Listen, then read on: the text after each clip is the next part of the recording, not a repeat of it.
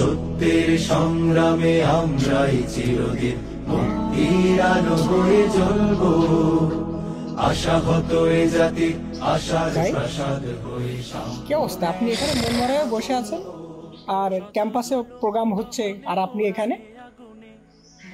ক্যাম্পাসে গেছিলাম আলাউদ্দিন, তো চলে আসলেন? আমার হঠাৎ পুরনো স্মৃতিগুলো খুব মনে পড়ছিল, যেমন এজন্য আমি একটা নির্জন জায়গায় আসলাম। আজকে দেখো, ঢাকা বিশ্ববিদ্যালয় সহ যতগুলো বিশ্ববিদ্যালয় আছে, জি, কত সুন্দর নবীনবরণ অনুষ্ঠান পালন হচ্ছে।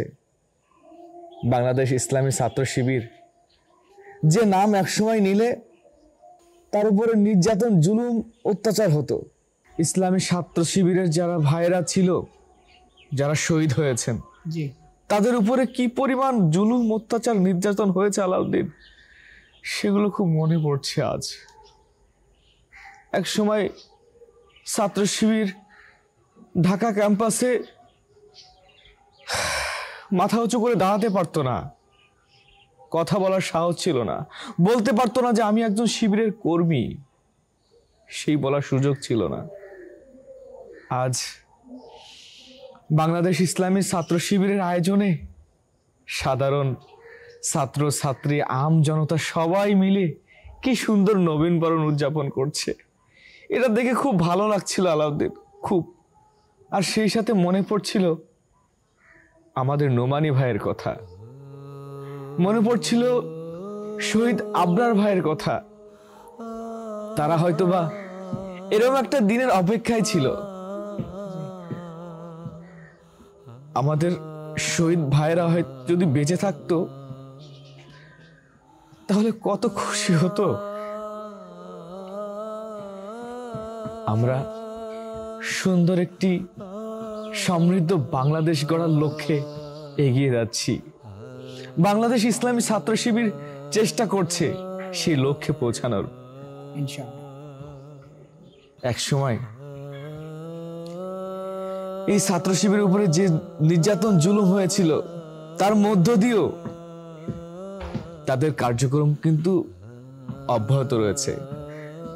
কিন্তু তুমি চিন্তা করো আলাউদ্দিন, যদি ওই সময় এরকম জুলুম, নির্যাতন না হতো তাহলে আজকে ছাত্র শিবির কোথায় থাকতো? এই ছাত্র শিবিরের অবস্থান কোন জায়গায় দাঁড়াতো? আজ সাধারণ জনতা, ছাত্ররা আজ খুশি মনে এইসব নবীনবরণ অনুষ্ঠানে উদযাপন করছে খুব স্বস্তির সাথে। মানুষকে বলতো, মানুষ জানতো ছাত্র শিবির রক কাটার শিবির, কিন্তু আজ বুঝছে ছাত্র শিবির রক কাটে না, তাদেরকে আলোর পথ দেখায়, তাদেরকে ইসলামের পথ দেখায়। একটা ছাত্র যেন তার সুন্দর জীবন আলোকিত করতে পারে সেটার পথ দেখায়। আর এটাই হলো ইসলামী ছাত্র শিবিরের সৌন্দর্য।